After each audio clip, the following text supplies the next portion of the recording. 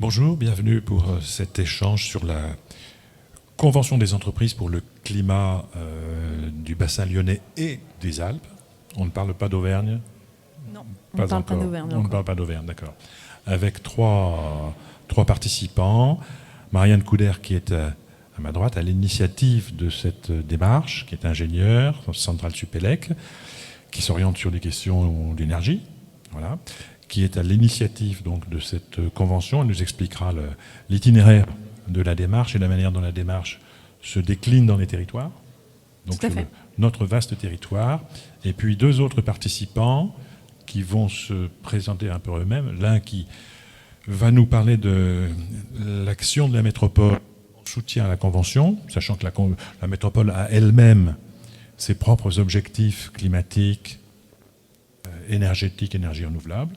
Mais effectivement, le territoire métropolitain est orienté vers les entreprises qui sont de forts émetteurs de gaz à effet de serre et puis qui ont un rôle important, on l'a vu tout à l'heure, en matière de mobilité des salariés, mobilité liée à leur activité intrinsèque. Et puis à gauche, Monsieur Monat, qui lui est une entreprise, qui lui est un entrepreneur qui a rejoint la convention et qui nous expliquera comment, très concrètement, son activité, ses salariés lui-même s'associent à cette démarche. Alors tout d'abord, pour commencer, Marianne Couder, elle appuie une présentation, je crois. Expliquez-nous la démarche de la Convention des entreprises pour le climat. Alors la Convention des entreprises pour le climat, c'est une initiative qui a été amorcée en septembre 2021 à l'initiative de Éric Duverger, qui était chez Michelin et qui a décidé de prendre 2 années sabbatiques et de s'occuper des sujets autour du climat et de l'écologie au sens large. Et on se trouvait à un moment donné où la Convention citoyenne avait eu lieu, et il s'est dit, en fait, moi je suis convaincue que les entreprises doivent aussi bouger. Et pour ça, je pense que les dirigeants sont indispensables. Si les dirigeants ne bougent pas, les entreprises ne vont pas bouger assez vite à hauteur des enjeux. Et donc, essayons de voir qu'est-ce que ça donne quand on met, au lieu de mettre 150 citoyens autour de la table, quand on met 150 dirigeants autour de la table. Et donc, c'est ce qu'on a fait avec une initiative 100% bénévole, de mettre en place ce parcours pour voir juste, en fait, ce que ça donnait. Et donc on a fait ce parcours-là entre septembre 2021 et juin 2022, et on a remis un rapport final qui explique en fait notre aventure au gouvernement le 25 octobre, donc que vous pouvez trouver en ligne facilement. Donc cette initiative, elle a regroupé un certain nombre de participants. Donc vous avez juste après normalement voilà. Alors l'initiative justement, l'idée c'est d'avoir des participants dirigeants qui viennent avec une personne de leur choix et qui vont vivre un parcours. Donc on les accueille, ils sont peu informés, peu engagés ou moyennement engagés, et une fois qu'ils ont passé ce parcours, ils sont très engagés, ils sont très informés, ils sont très équipés pour faire face à ces défis-là. Donc c'est la même démarche que pour la Convention citoyenne. On prend des participants, des candidats moyens, entre guillemets, qui ne sont pas des pionniers en la matière ou des spécialistes, et on les amène à un certain niveau, on les fait monter en compétences. Tout à fait. Et une fois qu'ils ont acquis les compétences minimum requises, le travail commence. Tout à fait. Le but, c'était vraiment d'avoir, comme à la Convention citoyenne, un collectif très divers, donc à la fois en secteur, en taille d'entreprise, et aussi en géographie, puisqu'on était sur un parcours national. Donc vous avez des entreprises lyonnaises, mais sur des secteurs très variés, sur des tailles très variées, des toutes petites entreprises, des grandes entreprises. Et l'idée, c'est vraiment d'avoir un collectif divers. Et donc d'avoir 2 volets que vous voyez ici, exigence et bienveillance. Côté exigence, c'est vraiment se dire on est à hauteur des enjeux, on présente les enjeux correctement et sans détour. Et en même temps, le côté bienveillant de dire on est entre dirigeants, on se dit les choses correctement et on est bienveillant les uns avec les autres pour se faire grandir finalement et emmener vers un un sursaut des entreprises sur ces sujets écologiques. D'accord. Alors, pour la phase recrutement, est-ce que vous avez ressenti une grande appétence, une grande mobilisation justement des publics auxquels vous vous adressiez? Comment est-ce que vous avez eu des réponses? Est-ce qu'il a fallu sélectionner parce que la demande était trop forte, parce que l'intérêt était trop développé? Comment est-ce que vous prenez la température du monde des dirigeants? Alors, il y a une différence déjà entre le premier recrutement où on n'existait juste pas. Donc là, c'était forcément plus compliqué. Maintenant, aujourd'hui, on existe. On a fait un premier parcours, on a rendu un rapport, on a des liens forts avec l'ensemble de nos garants qui sont dans ce monde-là. Et puis aujourd'hui, on a surtout, et je les remercie, nos alumni, ce qu'on appelle nos alumni, donc les dirigeants du premier parcours, d'entreprises lyonnaises ou alpines, qui nous aident énormément à déployer en fait ces nouveaux parcours territoriaux, parce que eux, ils ont besoin, à la fois par égoïsme, par altruisme, j'aime bien dire ça, c'est-à-dire que non seulement par altruisme, parce qu'ils sont convaincus que c'est comme ça qu'il faut y aller, mais aussi par égoïsme dans un sens, en se disant, en fait, j'ai besoin que ma filière, j'ai besoin que mes actionnaires, j'ai besoin que mes clients ou mes fournisseurs basculent et aient le même niveau de conscience et de connaissance que moi. Et donc aujourd'hui, on a une vingtaine de participants de la région Rhône-Alpes du premier parcours qui nous aident au quotidien à embarquer en fait cette nouvelle vague. Et Vincent pourra vous le dire, parce que lui aussi a été poussé par un ancien participant, même s'il aurait très bien pu candidater tout seul. Mais ça aide en fait. Mais on sait que la Convention citoyenne, la première, a été suivie d'un certain nombre de déceptions. Et un certain nombre de mesures qu'elle a préconisées, qui rejoignent d'ailleurs peut-être des préoccupations ou des souhaits de l'ensemble des citoyens, ou d'un grand nombre de citoyens, n'ont pas été prises en compte. Alors, ces écueils, vous les avez connus, identifiés. Comment est-ce que vous avez fait pour les éviter, pour les surmonter, et pour gagner en crédibilité, je dirais pas en sérieux, parce que tout le monde est sérieux, mais en force de conviction? Alors, en fait, il y a un point qui a été abordé dès le début en fait, de notre convention, qui est que pour la convention citoyenne, a priori, ce qui aussi a fait en sorte que ça n'aboutisse pas tant que ça, c'est que les politiques n'ont pas été, même s'ils ont été à l'initiative, n'ont pas été tant que ça embarqués au cours du processus. Et donc les propositions sont sorties, ont été présentées, mais si vous voulez, quand on vous présente quelque chose, alors que ça fait des mois qu'on travaille dessus, et que on vous le présente et que vous n'avez pas été immergé dans ce processus, vous avez forcément un peu de décalage et vous êtes plus enclin à dire non que oui, et que quand vous avez compris du début jusqu'à la fin pourquoi on arrive à cette proposition. Et donc la Convention des entreprises pour le climat a justement pris ce parti-là de dire on inclut le politique tout de suite. On est apartisan, on est vraiment apartisan, il n'y a pas de sujet là-dessus. Par contre, on informe de où est-ce qu'on en est, de qu'est-ce qu'on voudrait proposer tout au long du parcours pour qu'à la fin, ça puisse ressortir. Par contre, nous, le livrable de la CEC, c'est une feuille de route par entreprise participante, donc ils ont quand même un certain degré d'autonomie et certaines propositions politiques, mais c'est vraiment pas le cœur. Nous, le cœur, c'est une feuille de route par entreprise participante. Donc, sur lesquels ils ont quand même beaucoup de choses qu'ils peuvent faire soit tout seuls, soit avec des acteurs de leur territoire, politique ou pas. D'accord. Donc le montage est un peu différent. Exactement. D'accord. Parce que la Convention citoyenne, le but était de dire les citoyens ont des idées et on va les aider à préparer la transformation de ces idées en loi. Oui. Mais au départ, les deux circuits étaient séparés. Et ils ne se retrouvaient qu'à la fin, éventuellement. Alors que vous évitez l'écueil en disant tout d'abord...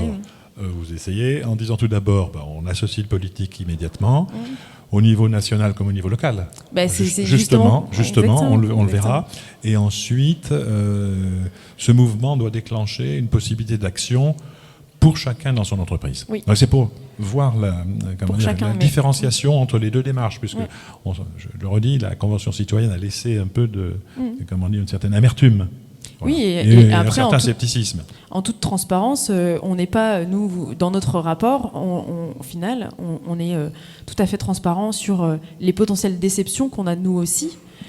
Parce que le but, c'était de faire une expérimentation et de ne pas dire à la fin tout est bien, tout est joli, tout est nickel, on est très fiers de nous. C'était de dire voilà sur quoi on a buté et voilà ce qu'on essaye d'améliorer. Et donc le prochain parcours du bassin lyonnais, normalement, devrait être encore mieux. D'accord. Alors au niveau national, la démarche représente 150 entreprises. 150 entreprises, donc avec un lien au niveau national, le politique, le gouvernement. Bien sûr. Voilà. Et au niveau de la métropole de Lyon et des Alpes, puisque vous avez deux focus au niveau d'Auvergne-Rhône-Alpes, la métropole lyonnaise et puis les Alpes. Alors les Alpes, avec quelle échelle ? C'est Grenoble, Annecy, Chambéry, grosso modo. Mais le sillon alpin. Voilà, alors c'est marrant, il y en a qui disent sillon alpin, il y en a qui disent arc alpin. On se base vraiment sur un territoire économique qui a l'habitude de travailler ensemble. Oui, tout à fait. Mais le sillon est dans l'arc. D'accord, très bien. Je ne suis pas de là-bas, donc je vous crois. Non, mais le sillon, c'est les vallées. D'accord, très bien. Et l'arc, c'est les montagnes. Il y a des montagnes. Il y a des montagnes, mais de chaque côté des vallées. D'accord. Voilà.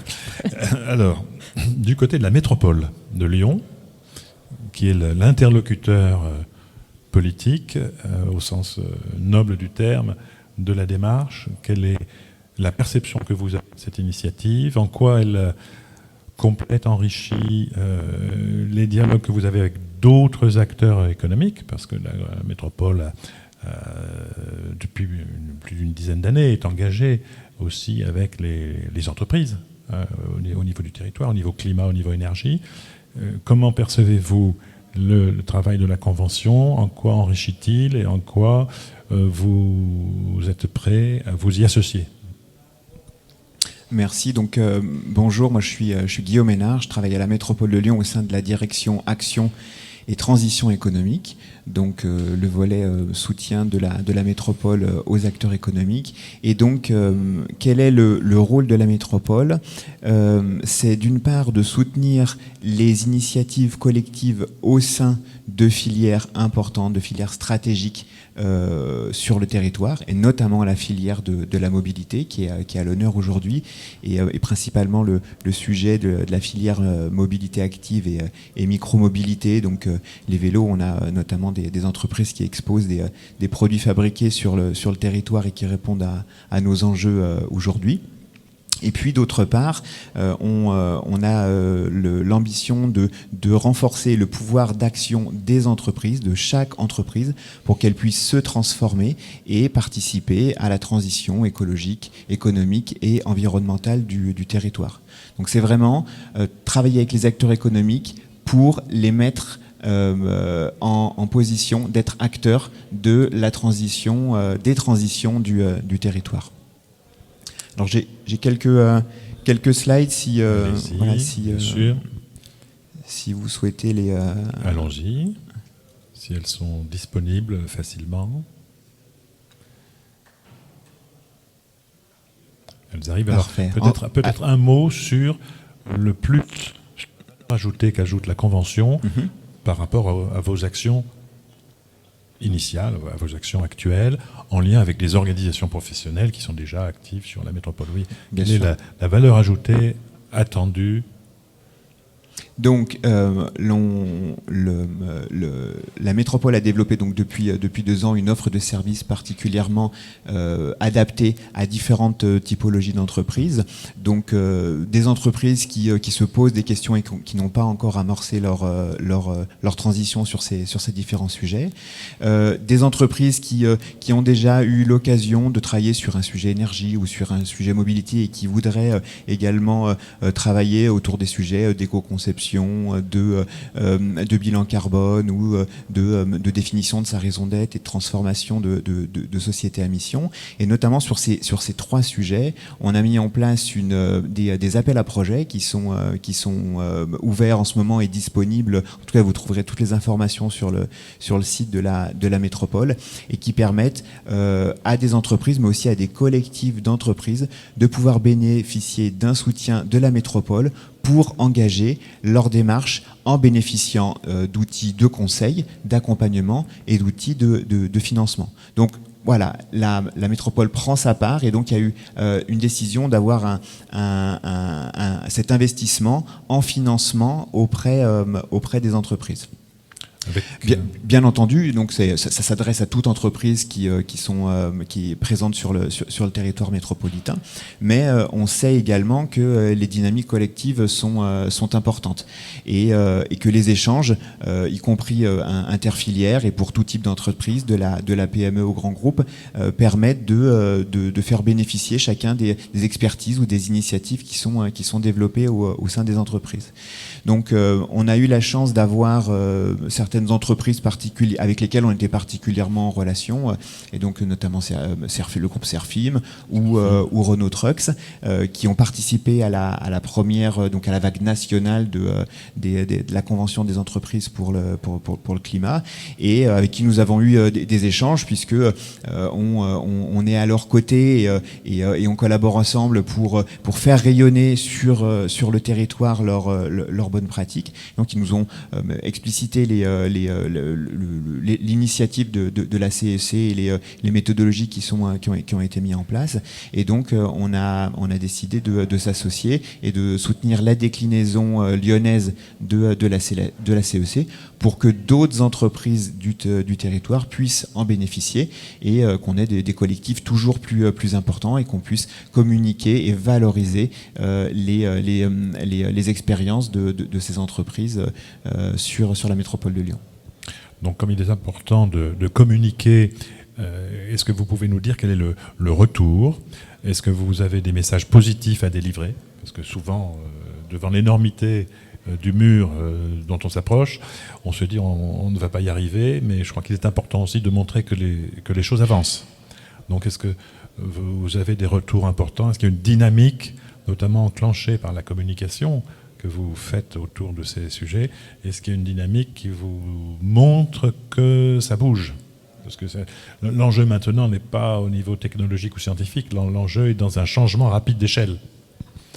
Donc est-ce que vous sentez que sur le terrain, alors peut-être sur la mobilisation sur des retours d'entreprises qui ont participé à la CEC, à ce moment-là, je passerai la parole à Marianne. Il y a un point important et sur lequel on peut activer des leviers au sein de la métropole, notamment sur les sujets fonciers et immobiliers. Je voudrais parler de sujets autour de la coopération des acteurs avec le soutien de la métropole et pour la filière de la mobilité active. On constate donc comme vous l'avez vu, comme vous le verrez cet après-midi, un peu de teaser pour la conférence à 15h, ou avec la participation du vice-président à la mobilité de la métropole pour présenter l'ambition en matière de déploiement de l'usage du vélo. Ce qu'on souhaite sur la partie acteurs économiques, c'est que les utilisateurs, entreprises ou particuliers du vélo puissent utiliser des équipements pour lesquels le plus de valeur ajoutée a été produite sur le territoire. Et la plupart de nombreux acteurs économiques sur le territoire dans cette filière sont des TPE, PME. 90% de ces acteurs qui sont dans des phases de développement. Et côté métropole, nous avons décidé, donc avec quelques acteurs économiques particulièrement investis, dont Vélogic, parmi lesquels Vélogic, dont parlera Vincent Monat tout à l'heure, nous avons décidé de monter un immobilier dédié permettant d'héberger ces entreprises et donner la possibilité de travailler en collaboration pour adresser des problématiques communes autour de l'achat de composants, autour de l'assemblage, autour de la valorisation des activités productives du vélo. Et donc c'est un projet qui a été donc accompagné par la métropole par l'acquisition d'un foncier et d'un immobilier. À quel endroit? À quel site? À Villeurbanne, sur le périmètre de la mission Carré de Soie, donc dans une opération d'occupation temporaire, donc qui a vocation pour une durée 5 ans à être dédiée à la thématique du vélo, et ensuite d'accompagner les acteurs lorsqu'ils auront grandi, lorsque les entreprises se seront transformées, à devenir, en tout cas à trouver un lieu définitif pour leur hébergement. Donc c'est un lieu qui a été inauguré il y a un peu plus d'un mois à Villeurbanne, et On a donc aujourd'hui donc une vingtaine d'entreprises TPE, PME qui sont présentes et hébergées, et une dynamique de coopération autour de l'assemblage de vélos, qui est un premier pas dans l'étape de relocalisation d'activités productives, qui a été mise en place, puisqu'une coopérative s'est développée avec 6 coopérants sur ce sujet. Donc c'est un message positif de coopération entre acteurs économiques, avec le soutien de collectivités lorsque c'est nécessaire, et en l'occurrence auprès de TPE, PME. Donc voilà, une approche de pouvoir offrir des équipements produits sur le territoire pour ces sujets mobilité, et puis aussi un sujet de transformation durable de ces entreprises pour leur mode de fonctionnement propre. Donc c'est une vision intégrée, à la fois production industrielle, création d'emplois au passage, et puis marché, débouchés et usage. Donc ça, c'est très, très intéressant. Donc Vincent Monat peut nous expliquer, puisqu'il fait partie de ce pôle. C'est un pôle. On peut appeler que ce lieu est un pôle vélo. Oui, alors effectivement, il y a deux choses. Il y a le grand plateau, donc c'est pour l'appeler le nom de ce lieu, de ce tiers-lieu qui regroupe des acteurs économiques autour de la mobilité active, qui sont effectivement des startups pour certaines, des TPE et quelques PME en devenir en tout cas. C'est un lieu de réflexion, de synergie, d'engagement. Et pour faire le lien avec la convention, c'est aussi un lieu où aujourd'hui on a pas mal de personnes qui souhaitent un changement dans leur approche de business. Ça reste des entrepreneurs. Et l'idée, c'est de se dire d'où on part, d'où je me place finalement. Moi, j'ai aujourd'hui Vélogique est une PME qui a grandi, qui est née en 2008. Donc on a pris le chemin de la mobilité active et de la mobilité cyclable, en l'occurrence, il y a quelques temps. D'autres se lancent, mais d'où je parle, donc je parle en tant qu'entrepreneur, je parle en tant que personne qui emploie plus de 200 personnes aujourd'hui en France et en Grande-Bretagne pour le cas de Vélogique. Et je parle en tant qu'entrepreneur qui a envie de transformer les business pour faire des business à impact. Alors en fait, qu'est-ce qu'on entend par business à impact ? Il y a 3 volets pour nous, en l'occurrence, et ce qui rejoint un petit peu aussi toute la philosophie du grand plateau qui était expliqué par Guillaume et la métropole, c'est de se dire il y a un impact financier, on reste des entrepreneurs, on reste des entreprises, donc bien évidemment il y a un modèle économique à développer, il y a un impact social, il y a un impact environnemental. Donc mes lunettes, en tout cas d'où je me place, c'est que je dois agir sur ces 3 impacts sans dénaturer une dimension de ces 3 impacts, en trouvant un équilibre, et ça c'est pas forcément très très très très facile. Et donc l'idée de rejoindre la convention, c'est aussi d'échanger, de comprendre comment d'autres acteurs se sont structurés. Certains sont meilleurs sur ce sujet-là, d'autres meilleurs sur l'autre, et de se dire tiens, finalement à plusieurs on pourra réfléchir peut-être de manière plus impactante et de manière plus percutante. Et quelle que soit notre filière ou notre origine, notre taille d'entreprise, on peut à chacun notre rythme apporter une solution. Et quand je parle de rythme, il y a vraiment cette notion de temps. On a une accélération des crises aujourd'hui. On a eu la crise économique, on a eu la crise climatique, on a la crise sociale, on a des crises sanitaires, bref. Aujourd'hui, il y a une accélération des phénomènes sismiques des crises. Et de fait, il va falloir trouver des solutions durables, tenables, soutenables, à l'échelle de notre territoire, à l'échelle de notre entreprise, de notre territoire, et puis plus largement à l'échelle de la planète. Et rapide à mettre en œuvre. Et rapide à mettre en œuvre. Alors c'est là où, effectivement, la notion de temps, certaines entreprises qui constituent en tout cas la mobilité active, c'est celle que je connais le mieux, ont parfois des initiatives personnelles avec des fonds personnels apportés par leurs fondateurs. D'autres ont reçu des fonds de partenaires financiers, et ces partenaires financiers, parfois, ils ne sont pas forcément en attente sur du très très long terme, mais ils ont des visions plutôt court-termistes, et il faut répondre aussi à cette exigence-là. Et donc tout l'équilibre est de se dire, à travers l'expérience que les 150 premiers acteurs qui sont engagés sur la convention ont eu et les réflexions qui ont pu se tenir sur dire mais comment on fait et finalement quel est le bon timing, quel est le bon temps pour transformer, eh bien, c'est aussi en se regroupant, en échangeant, en construisant, en démontrant.